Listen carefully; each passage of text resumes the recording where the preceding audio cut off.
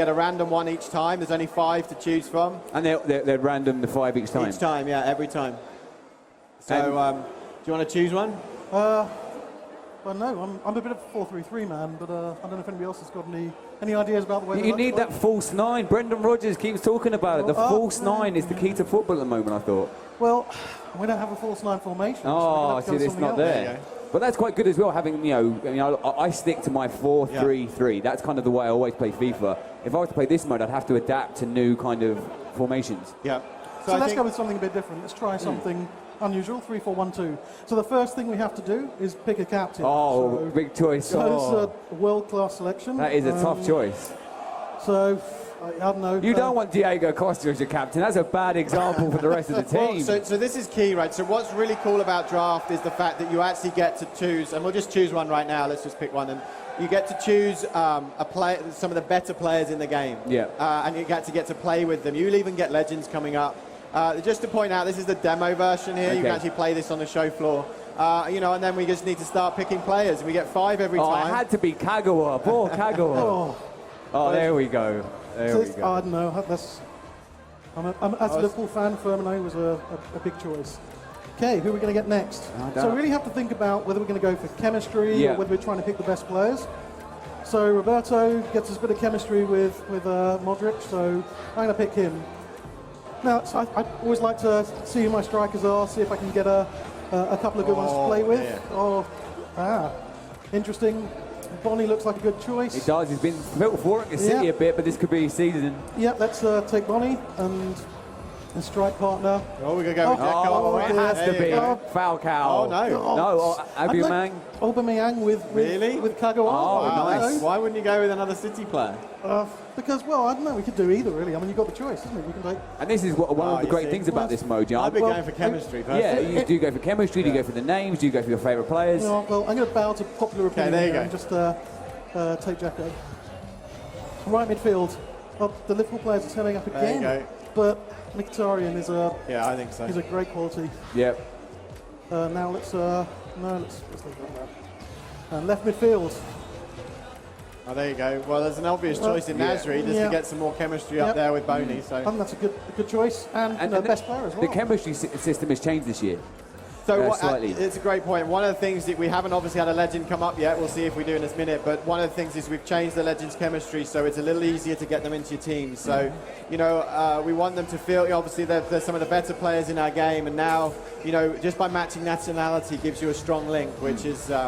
It makes it easier to get them into your team. So we're not actually getting the best team. Oh, there's no need to be upset. We've got Dean Michaelis. No need to be upset. Oh, there you go. We'll take him. Oh, yeah. He's got to be the linchpin. I have him in my career mode at the moment. Right. I'm managing Charlton Athletic, and I have Dean Michaelis as my centre-back. Wow. I'm a big fan. I like Naldo. Let's get him in there. Okay, and then goalkeeper. And then what we'll do now is we'll just auto-populate the subs. You can choose to go through the subs yourself. Oh, okay. And do each position, but just in the interest of time, we'll just complete our draft. It's really interesting to see. We can pull some really big players here. We've got Ronaldo. Danny there Sturridge, you go. Ronaldo on the bench. There you go. So you've got. So we can now put him in. No, we can start to play. Oh, you can start him now. Yeah. So we can now go in and we can play with the team. We can figure out who we want to change. That changes everything. Obviously, for us as Liverpool fans, Sturridge becomes appealing, but he'll get injured after 10 minutes. Yeah, so he won't be able to play. Maybe not from a chemistry point of view. We got Nasri. Yep. We already had it. We just swapped him out. Yep. Well, I had to get Ronaldo in quickly, even though we're not playing with him. Yeah, but that's the great thing, right, is you can now, one is you can try a different formation, maybe you don't normally try. You can get to play with players maybe you don't have in your team. You can try different things and, get to experience Ronaldo, which maybe you wouldn't do. So just to go through a few more of the other points with draft, we talked about the formations at the beginning. You get different ones each time. There's a cost to entry. You'll pay to entry either with points or with coins. Okay. Or you can get a draft token, which are available in packs. You will, if you lose your first game, you will get a reward to the value of that entry. Okay. So you will always get that. And you'll also, you then go and play 4 games, either offline or online. The more games you win, the better you do, the bigger the rewards. Oh, awesome. I mean, Adam, did you want to just talk a little bit about some of the rewards?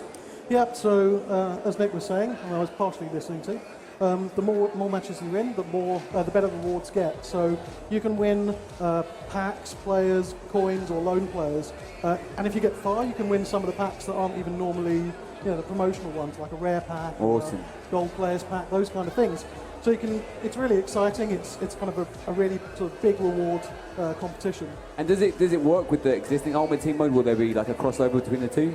Yeah, that's the key. So everything that you get, all the rewards that you get are then applicable back into your core team. And that's, awesome. Again, it's a great way to get rewards. It's a great way to sort of get things that you can then bring back into your core experience. Obviously, we want people to continue to build their teams, and this is a great way to still be able to do that, but try some different players maybe you haven't had previously, and then, but the rewards all come back into your core experience. Yeah, so, I'm someone that, I play a lot of FIFA, but Ultimate Team is not the biggest game mode for me because the amount of time you have to spend at getting your team together, assessing the players, getting the packs. Whereas this, you get to have that joy of playing Ultimate Team without that kind of, getting the players. It's a lot more instant, almost.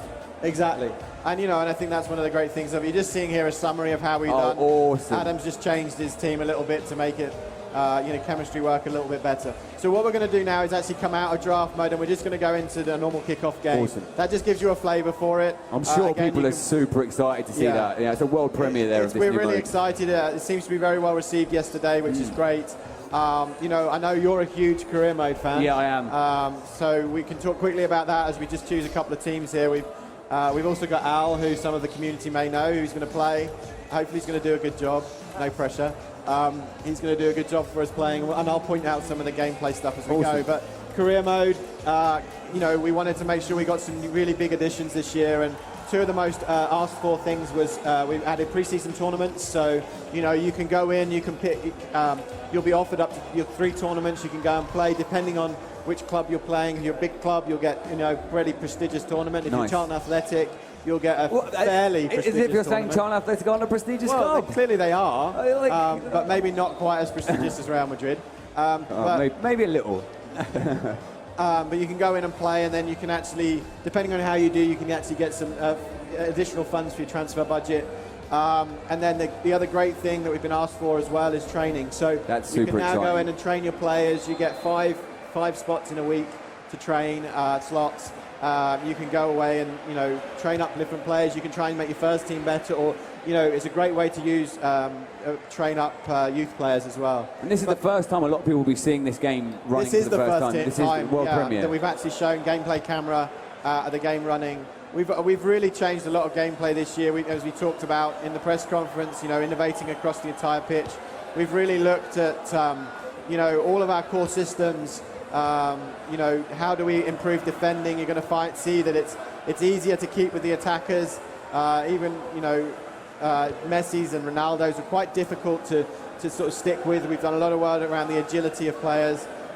We've also done work around how the AI covers for you in defending as well. So, we'll try and point a few things out here. Maybe we'll see the passing with purpose in a second, which is just right bumper. That's a lovely ball. That's a great ball. You can see there that the 2 centre-backs are covering 4 people. Yeah. Well, they could get quite split last year, so they're covering for each other a little bit better. You see that defensive intelligence is yeah, a lot that's the new greater. passing there, especially when you've got, players around you. What you're going to notice is that defensively, you see right there, players are much more aggressive at trying to win back the ball and intercept the ball, where the passing with purpose really comes sort of into play. See Biscuits there closing down. Yeah.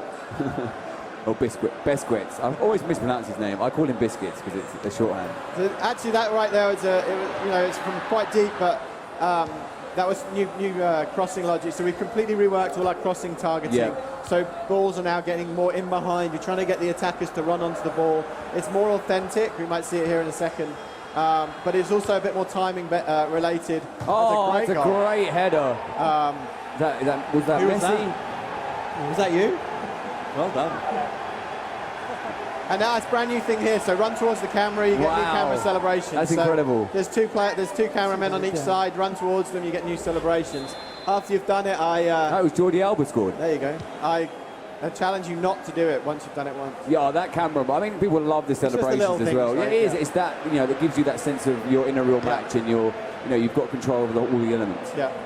I mean, one of the things I'm really excited about is the new, like you say, the touch you don't take with the dribbling. Yes. So that's left bumper. I mean, maybe we'll see that. We can get the guys to do that in a second. But you hold down left bumper and you can now decide not to touch the ball. You can, use body position, swerve, do feints, which is really nice. And that's such a simple thing that's going to have a huge impact on the way people play. Absolutely. I think it also kind of makes skill moves, if you like, a little bit more accessible because it's kind of a skill move in itself. Safe. Oh, did it go out there? No. Linesman.